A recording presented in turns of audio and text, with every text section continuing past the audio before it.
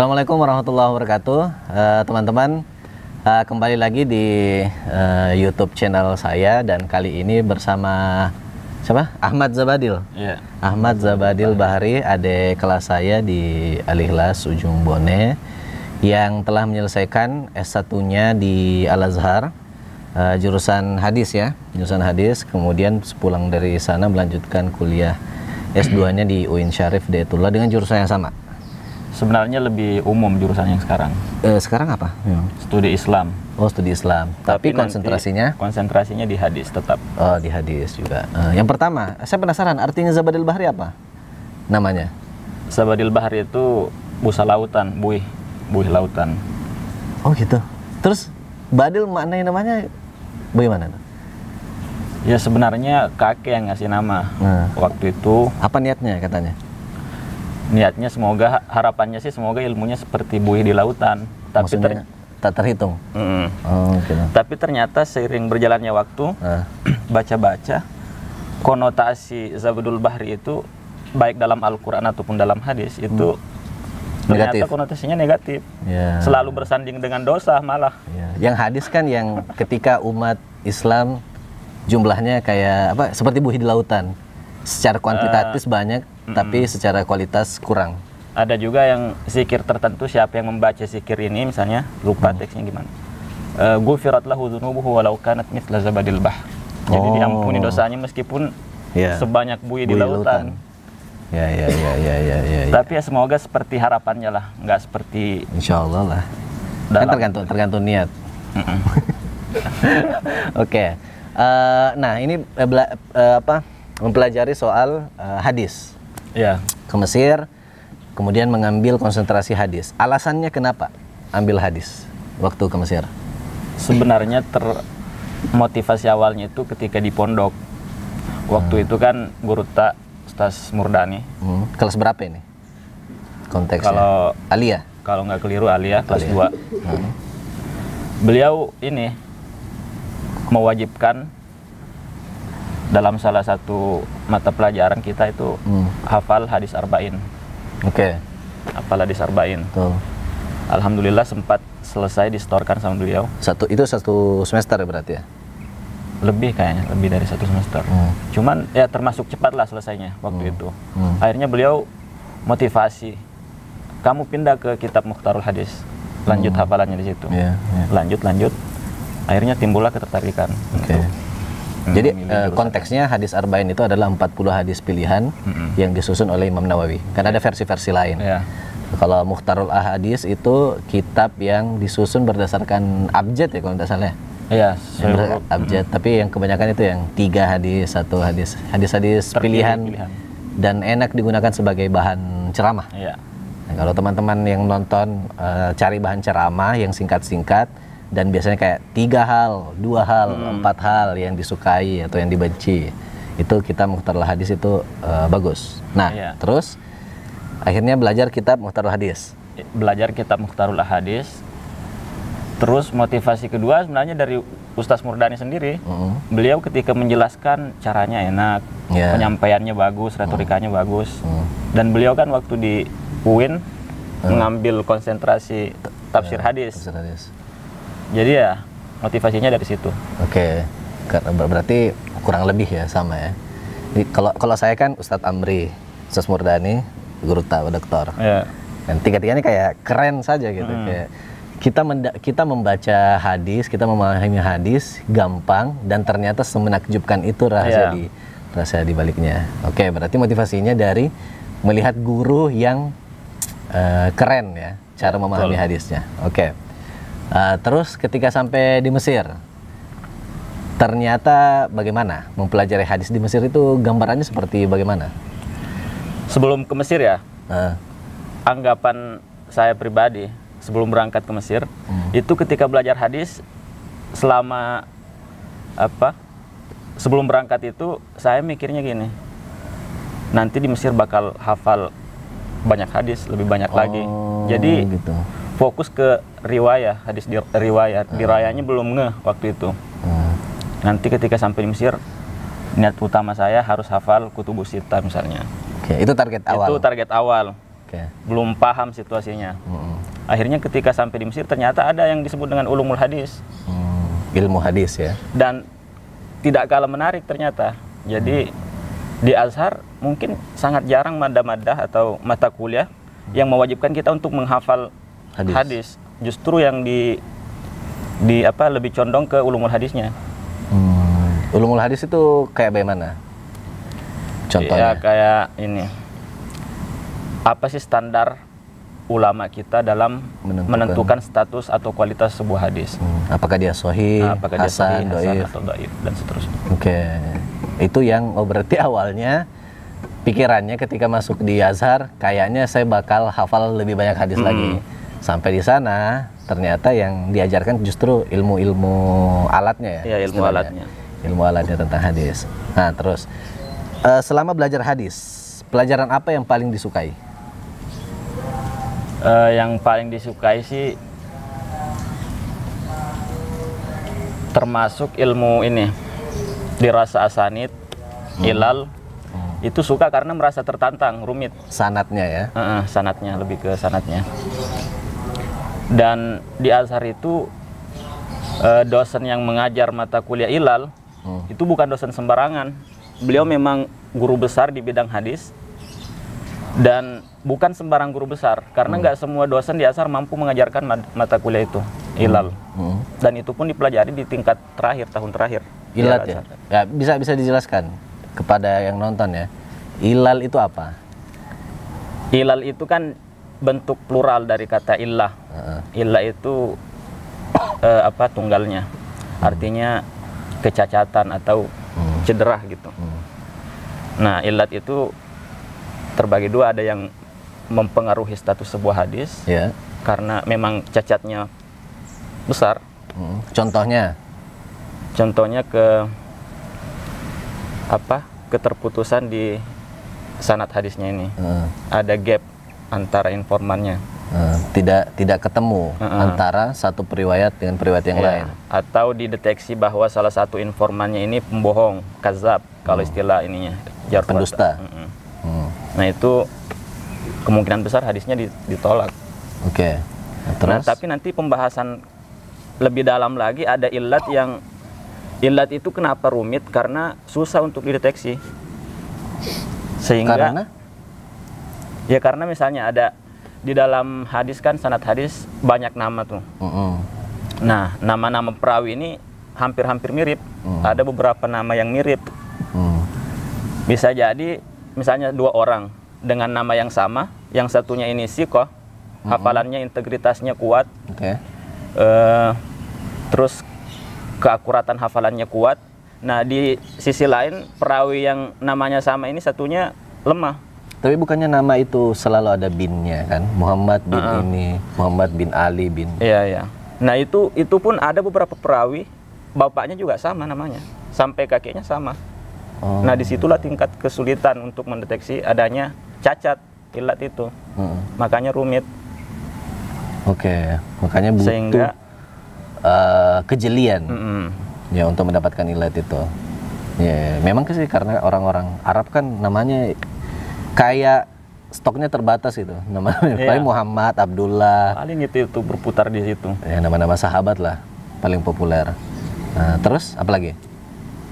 Nah, makanya tadi illat ini betul-betul ulama yang sudah bergelut di dunia ini persanadan gitu. Ya, sanad itu untuk teman-teman ya yang umum gitu. Jadi sanad itu adalah rentetan periwayat. Jadi hadis kan selalu ada an-annya tuh misalnya. Nah, itu tuh sanad itu. Jadi rentetan orangnya. Jadi an A, an B, an C, D. Itu beberapa orang yang meriwayatkan dari Nabi sampai kepada misalnya Bukhari. Ulama yang menuliskan hadis itu di dalam kitabnya. Nah, itu rentetan itu. Ya, seperti itu. Terus apa lagi? Yang paling disuka? Yang paling disuka itu kedua dirasatul asanid. Sebenarnya puncaknya di illat. Nah, sebelum illat ada pembahasan dirasatul asanid. Jadi kita mengkomparasi antara sanad-sanad yang ada, jalur-jalur hadis yang ada itu. Misalnya dalam satu sanad terjadi ini mursal atau mu'allaq lah gitu.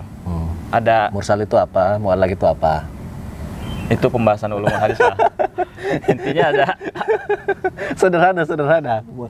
Mursal terputus di sahabat. Mu'allaq terputus dari bawah.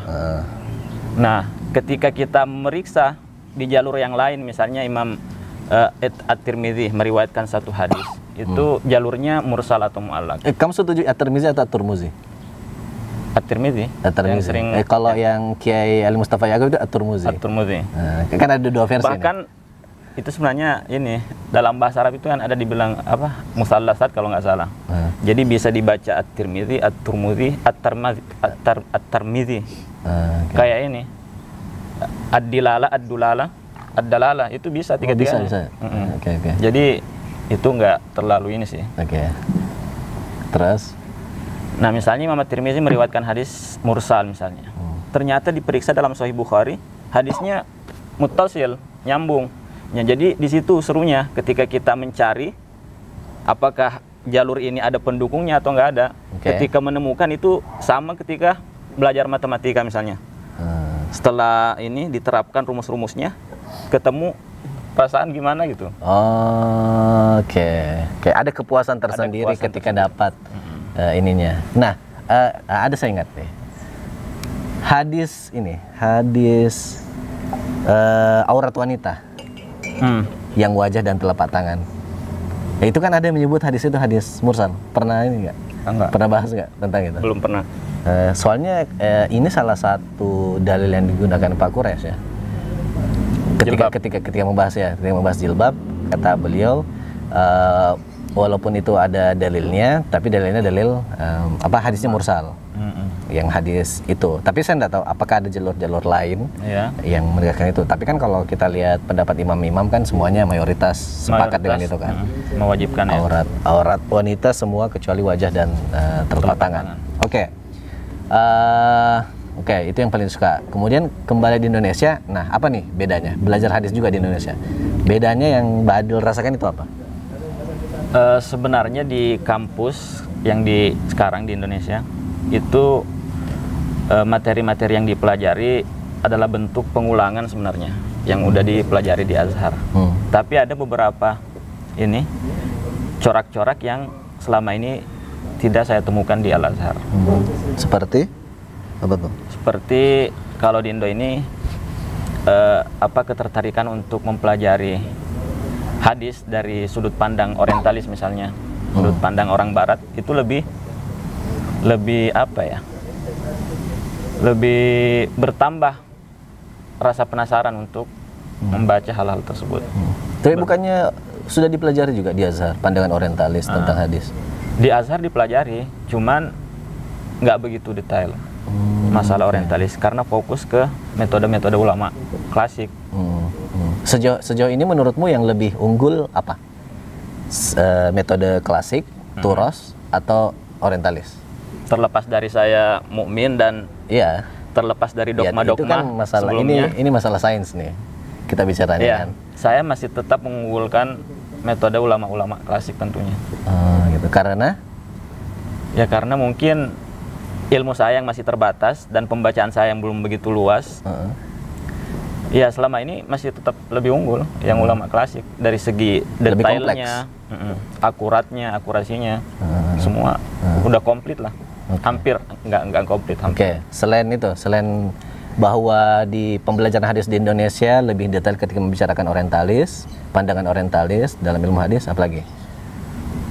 Sebenarnya pembacaan tentang orientalis ini di kuliah juga hampir-hampir sama karena saya mengambil jurusan Fakultas FDI di Dirasat Islamiyah dan mukarrar buku-buku yang diajarkan itu sama dengan Al-Azhar. Jadi makanya saya bilang Tapi kalau S2-nya kalau S2-nya di Azhar itu buku diktatnya sama enggak sama yang S1? Pasti beda. Beda. Lebih rumit yang di S2. Nah, makanya yang saya maksud tadi pengulangan itu pengulangan pas S1. Itu dipelajari di S2 di sini. Berarti lebih gampang dong. Karena sudah pelajari. Lebih gampang. Nah, makanya kalau saya nggak ada inisiatif untuk membaca memperluas bacaan, kesadaran sendiri, saya stuck di situ-situ aja. Zona nyaman jadinya kan karena sudah dipelajari sebelumnya. Oke. Nah,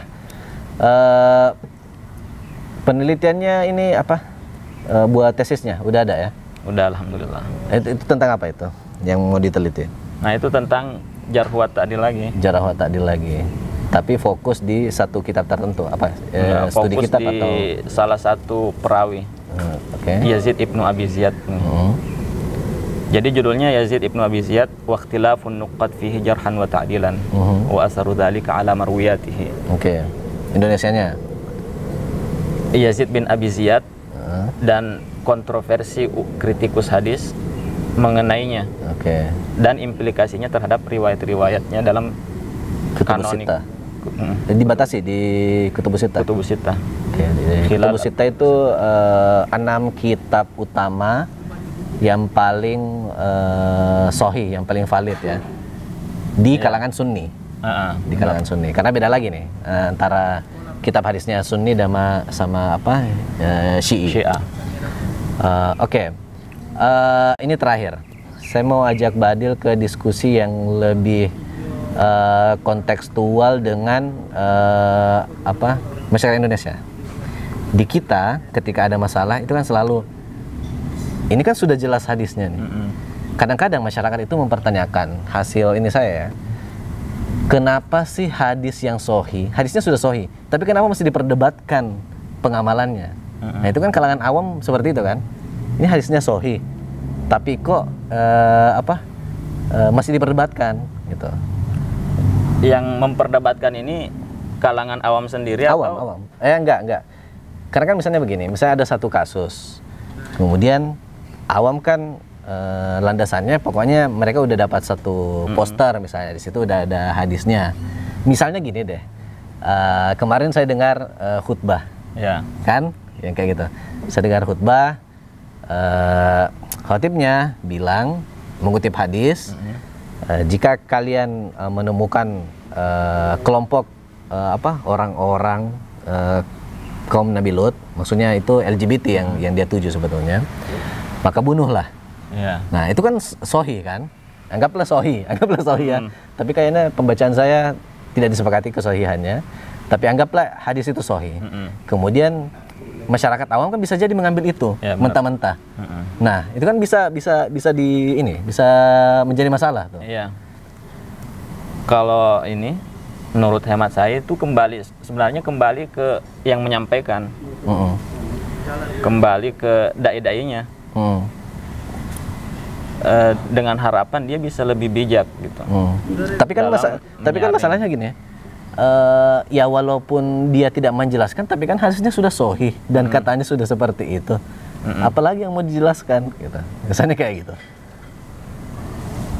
Iya, maksudnya apa ya?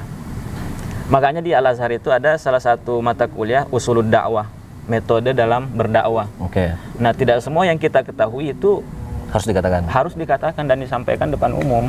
Karena misalnya hadis seperti tadi, hadis yang ini, ketika melihat kelompok kaum Nabi Lut bunuhlah. Itu kan dampaknya bisa luar biasa.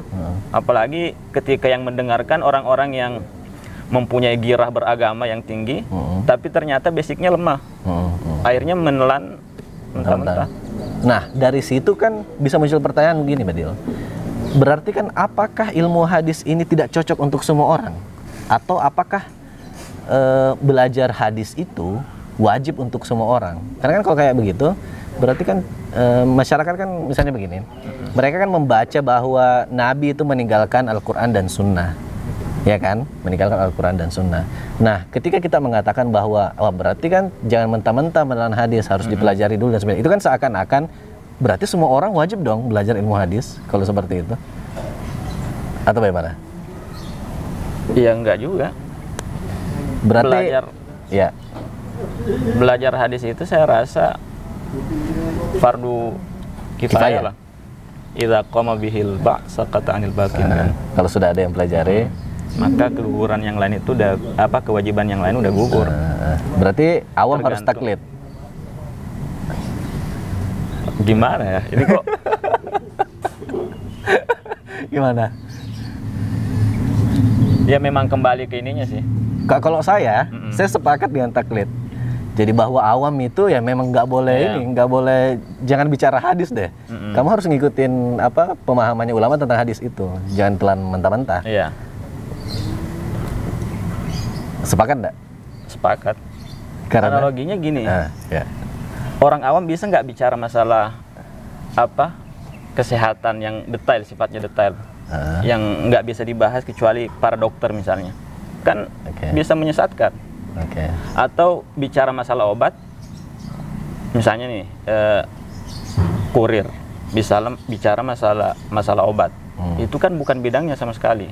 Jadi begitupun agama, hadis, nggak boleh serta-merta semua orang berbicara tentang hadis tanpa ada dasar. Dari situ kita masuk ke penceramah nih. Tidak semua penceramah yang ada di Indonesia itu backgroundnya adalah studi Islam. Ya benar. Nah gimana tuh? Boleh tidak? Atau kayak saya nggak tahu di Mesir apa ini harus sertifikasi ya? Di Mesir harus ada sertifikasi. Harus ada sertifikat untuk naik ceramah ya? Bahkan tema ceramah yang disampaikan itu di setiap Jumat misalnya harus diperiksa. Itu seragam. Ada intervensi dari pemerintah. Itu seragam atau harus diperiksa dulu? Seragam. Masalah isinya, kontennya itu enggak seketat. Sepakat dengan itu enggak? Atau mending kayak di Indonesia? Kurang sepakat. Kalau di Indonesia. Maksudnya? Maksudnya orang yang bukan bidangnya terus maju untuk berbicara di depan umum. Tapi kan masalahnya kita punya ratusan ribu ratusan ribu masjid surau dan kita punya sedikit stok orang-orang sarjana studi Islam. Kalaupun terpaksa harus gitu, setidaknya tema atau topik yang dibicarakan itu bukan topik-topik yang sensitif, bisa menghasilkan perdebatan atau meresahkan lah. Dan saya sangat setuju dengan program Kemenak itu kan, sertifikasi dai. Itu penting sebenarnya, sangat penting. Karena berbahaya berbicara di depan umat atas nama agama. Itu bisa menghasut. Bisa fa'dol. Nah, ini juga menarik nih. Yang tentang itu ya, tentang penceramah yang menghasut. Salah satu, saya lupa siapa argumennya, tapi dia mengatakan bahwa salah satu syukurnya kita di Indonesia karena Jumat itu bukan libur. Beda dengan di negara-negara Timur Tengah. Jadi Jumat, masjid di hari Jumat itu bisa jadi tempat titik mobilisasi massa.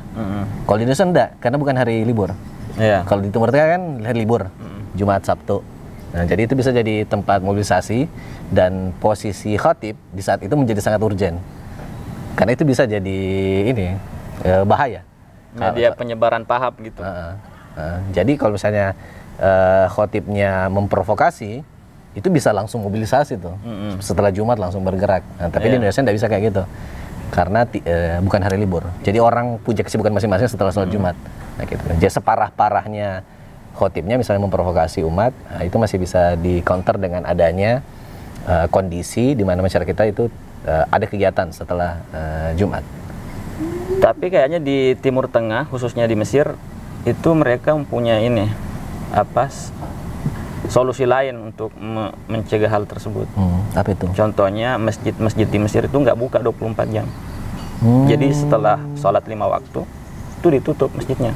Semua itu satu Mesir kayak seperti kebanyakan masjid. Tapi kalau Masjid Al-Azhar, Masjid Sayyidina Al-Husain itu buka 24 jam. Enggak 24 jam juga. Tengah malam tutup. Tengah malam tutup. Oke. Sip. Saya kira itu ya. Kita bahas sedikit soal hadis. Dan sebetulnya yang ingin saya garis bawahi tentang itu tadi, bahwa ilmu hadis itu kompleks, sekompleks itu. Jadi jangan hanya modal baca satu hadis, terus berani ceramah. Betul niat Anda baik, betul niat Anda baik untuk berdakwah, meluruskan umat dan seterusnya. Tapi ingat bahwa tidak semua orang harusnya punya otoritas untuk menyampaikan pemahamannya tentang hadis.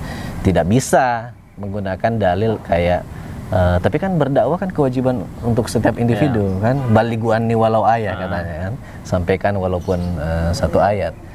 Tapi hati-hati bahwa ada konsekuensinya. Ini saya terpancing sekali nih karena khutbah kemarin yang saya dengar itu. Tapi ada lagi tuh hadis yang kan tadi dibahas balighuanni walau ayat. Seharusnya dibaca juga hadis yang lain itu man ra'a minkum munkaran falyughayyirhu biyadi. Ya, sesuai kadar kita masing-masing. Kalau nggak mampu dengan kekuasaan, ya di sini kan kekuasaan. Falyughayyirhu biyadihi. Kemudian bilisanihi yang kedua dengan lisan kita. Kalaupun nggak mampu, biqalbihi dengan hati. Dengan mendoakan. Mendoakan saja. Jadi nggak mesti. Tapi kan ada awful iman. Nah itu beda lagi di ulama tasawuf kan biqalbihi itu tertinggi tuh. Oh, oke. Zalikanya kembali ke yad. Oke. Menarik. Berarti ada awful iman itu dianggap tertinggi kalangan sufi. Iya. Oh iya. Justru bukan yang terlemah ya. Jadi urutannya bukan yad, terus apa tadi? Bilisan, bukan yad, lisan, qalb. Tapi qalb dulu. Makanya zalika itu kan isim isyarah lil ba'id. Oke. Zalik. Kalau dekat hadza. Betul. Oh iya, betul, masuk akal. Jadi karena zalikanya dekat ke apa tadi? Ke qalb, berarti yang ditunjuk oleh adaf itu apa tadi? Al-yad. Al-yad. Betul. Oke. Jadi sebetulnya di video ini kita membahas tentang ilmu hadis dan bagaimana dia penting ketika melakukan dakwah. Ya, sangat berhati-hati karena sekali lagi ada banyak hadis sahih tapi tidak berhenti di sana. Nah, ini momen Muharram nih, momen hijrah. Jadi teman-teman pendakwah ataupun yang awam jangan berhenti hijrahnya. Yang awalnya tidak pernah baca hadis terus baca hadis, tapi lanjutkan hijrahnya dari membaca satu hadis membaca riwayat lain yang sama dengan hadis itu supaya kelihatan nih apakah betul-betul disepakati sahih. Kalaupun disepakati sahih, bagaimana pemahaman ulama terhadap hadis itu dan bagaimana implementasinya di kehidupan kita sekarang, di masyarakat kita sekarang. Oke, baik teman-teman, itu saja perbincangan sore ini dengan Badil, mahasiswa S2 Ilmu Hadis UIN Syarif Hidayatullah Jakarta, alumni Azhar. Mohon maaf. Mohon maaf kalau ada keterbatasan atau ada yang keliru dari apa yang kita sampaikan, ya kita sama-sama belajar ya. Oke, baik, terima kasih teman-teman, sampai jumpa di video selanjutnya. Assalamualaikum warahmatullahi wabarakatuh. Waalaikumsalam.